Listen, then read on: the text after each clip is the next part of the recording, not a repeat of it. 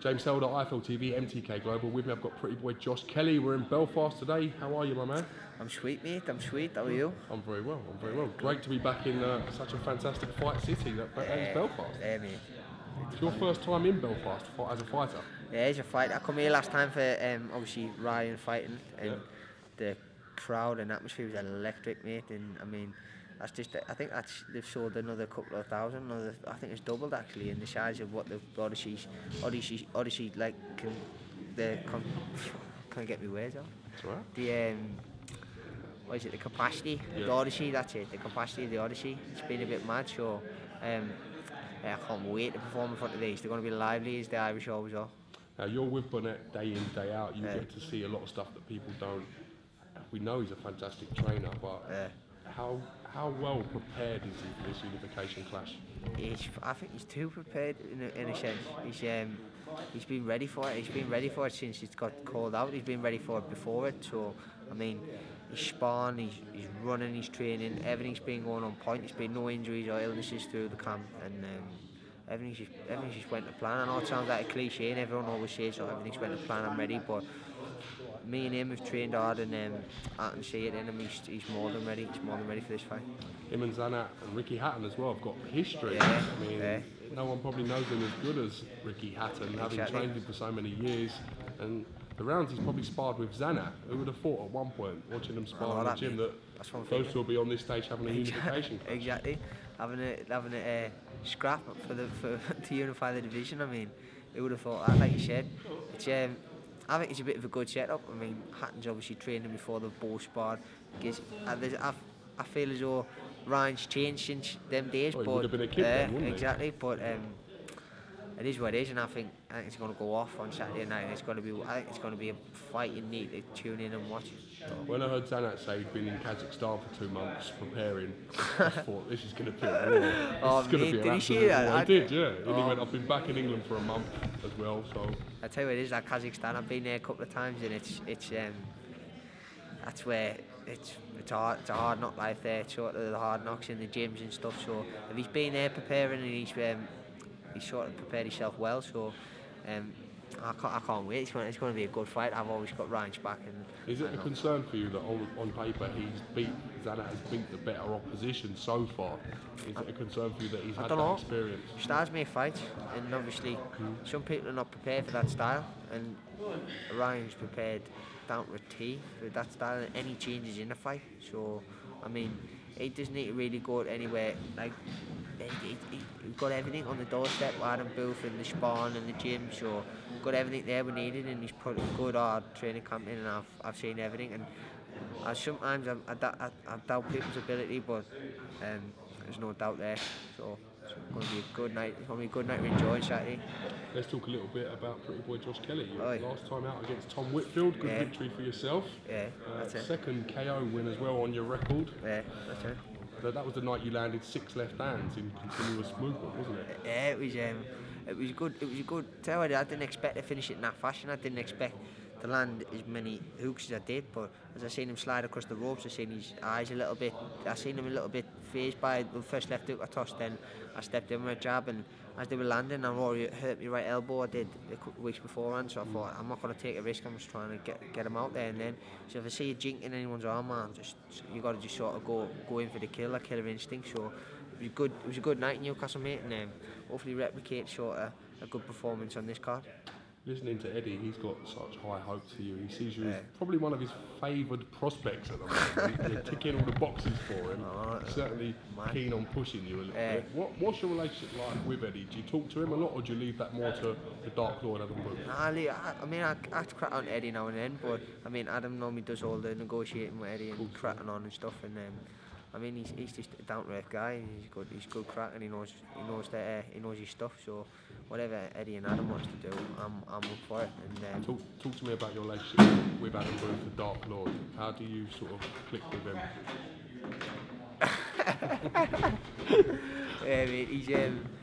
He's sweet. He's a trainer. I couldn't dream of having a better trainer than Adam. He sort of gets in your mind, like. He has you ruthless trainer as well, and everything technically is just sort of ticks all the boxes. So he's probably the perfect trainer for my style and the perfect trainer for me, and I've went from strength to strength since I've been with him. Do you feel like you've learned a lot since you've turned over from the amateurs and been with Adam Booth? Do you feel you've improved as a fighter in that period? Yeah, I've learned quick, mate. The spars what I've been having, and I've sort of just I've had to learn because I've been tossed in the deep end. So because he's seen us in the gym, and he must have just thought, "Oh, I'll toss him in the deep end." Everything just went a bit quiet in here now. I feel as I'm speaking to everyone, lad. Not anything. Right, Dross, have you been asked to talk about? Just talking about a little bit about the relationship between fighter and trainer, really. It's like quite a special bond. So, yeah, put it into your own words. How do you get on with this young man? It's all right. So you put it in your own words, obviously longer than one word. Oh, 2 words. He's all right. You get what I mean. I think How do you think he's developed? A bit lazy with your question there, James. Let me go again. How do you think he's developed in the time that you've been working with him? And that question's got no relation to the question you actually asked me before. I wasn't getting anywhere with that, so I'm going to change tact. Has he developed? How has he developed? I haven't. We're so busy looking forward. I haven't actually stopped and looked back yet. When you're a good fighter, it's having the physical, mental, and emotional capability to deal with anything that you can come up against. And Josh already has a lot of those answers. You're right. Yeah, no, go on. Phone call. Coogan. And let me phone him. And so I see Josh's trajectory in the sport being a lot quicker than anyone else I've worked with. Including Ryan Burnett. Yes, quicker than anyone else I've worked with. Wow. Here he is. We're free balling now. What's happening, lad? It's just supposed to be me now. It's these two. It must be great having such a talented young stable of fighters and sparring, everyone, the camaraderie, helping each other out. How was everything how does it work with the gym? Ryan's obviously got a big fight coming up. Would he take priority of your time? How does that work? He loves a priority, Ryan, doesn't he? Loves a bit limelight in the gym. only agrees to turn up at the track if he can go. If he can start 1 second before everyone else. Never. Not me. He won't let how I roll. He does not let me pass him on the track. I beat him once. I did beat him once on the track. Just to give you that bit of fake confidence. So Ryan keyed his car. He won't place on the back rack, will he? On the back rack machine, the reaction. No, because you're all bigger than me. He knows, lad. You're all bigger than me. You can reach places that I just can't reach. Do you think Josh will be the man to add another star to your logo? Yes. I think we should have a star for every short every mini, every belt. Intercontinental and every intercontinental. Pan specific. I think our kit should be glittery and starry, lad. Like a dancer's kit, we all come in. If Burnett unifies, does he get another star? How does that work? He's a world champion. But it's another belt, no? He's a world champion. It's about the person. Okay. How does this crop of fighters compare to the crop that you had, say, 2012? I know they're all different, and you're going to give me that whole different spiel, but how do they compare? That's quite a deep question to ask me in such a light-hearted interview. There you go. I'm happy and relaxed. That has no bearing on the question that I asked. Well, if you listen to the word, I'm happy and relaxed. Okay. Will there be new fighters joining this team? Are you happy with the amount of fighters that you're working with day in, day out, or will there be new fighters joining this group? No, I've got enough on my plate for now. Okay. Harlem Eubank as well? Yeah. You're training in full time? Yeah, and I've also got any situation requires a support team and people to work with, not under, but with, and I work with Roger Lee and Charlie B, and they are the best assistants I've ever had. That's the first time I've ever heard you mention people that work with you or the greater team ever. I can walk out the gym and walk back in, and what I listen to being said and what I see being done is exactly how I would do it.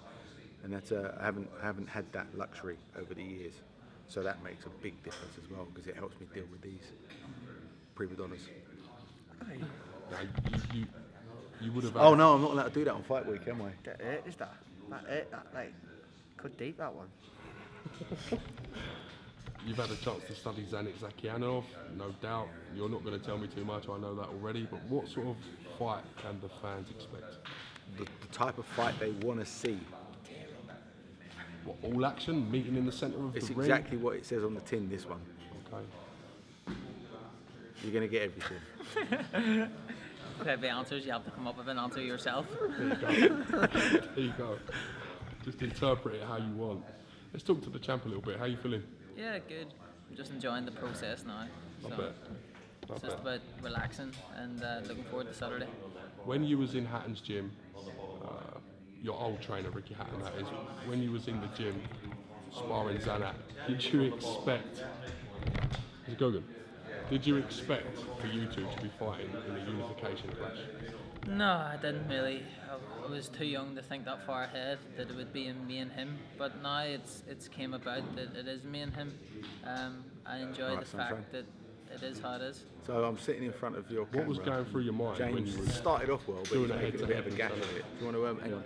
I'll put you on loudspeaker now, so this is all part of the interview. Have you got any? I'm sitting here with Josh and Ryan. Have you got any questions that you want to ask? You've got one chance to cluster bomb me with one great question. Make it count. You've got one great question. I'm not going to say anything. It's just that you are very lucky to have James Helder in Belfast covering such a great event. Thank you. And I wish Josh Kelly, Adam Booth and Ryan Burnett the best of luck. Listen, you're not accepting a Mobo award here, mate. You've just got to ask a question. No, I genuinely am. I hope Ryan unifies. What are you doing at the moment? What are you actually doing at this moment in time? I've just left a press conference in Leeds and I'm on my way to edit my footage. That is exactly what I'm doing. Okay. Okay, anyway, so do us a favour. Adam, I'm more happy for you than the actual fighters. I just want to say that. I'll put that out there. This weekend, when Ryan beats ZHAKIYANOV, I will be thinking of Adam Booth more so than Ryan. I'm sorry, Ryan, but I will be thinking of Adam before. You're making a right gash of this. See you later, mate. The red button. The absolute red button. Now I know it's exciting for yourself. Put it into words how it feels to get a chance to unify the division in your hometown. Yeah, it's good. Everyone sent me after I won the world title. Where would you love to fight? He's going to be left, lad, in a minute. Where would you love to fight? And would you love to fight in Vegas or Madison Square Gardens? And I'd say no. I wanna fight in Belfast. Well, we've got Booth alongside me now, so we're going to let Booth ask a question. Ask one question. James, do your job, man. Question. Come on. One question. Josh, what do you think? What do you think of the questions that you've been asked in this interview? Right, that's below the belt. Oh, lad. Know what it is?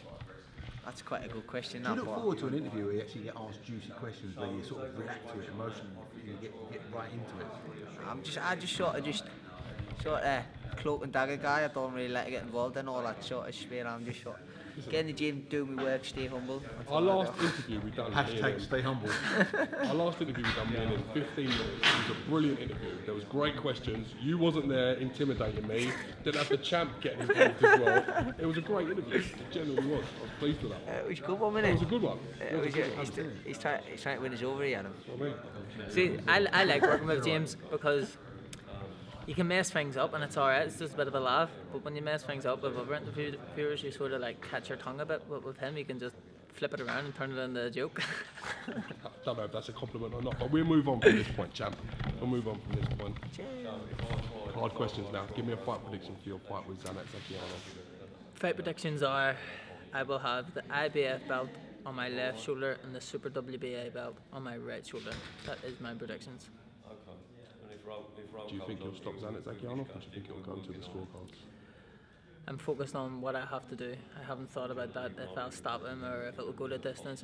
I'm not focused on that. I'm focused on exactly what I have to do to win. How much of a different animal do you think Zanet will be from when you sparred him when he was younger?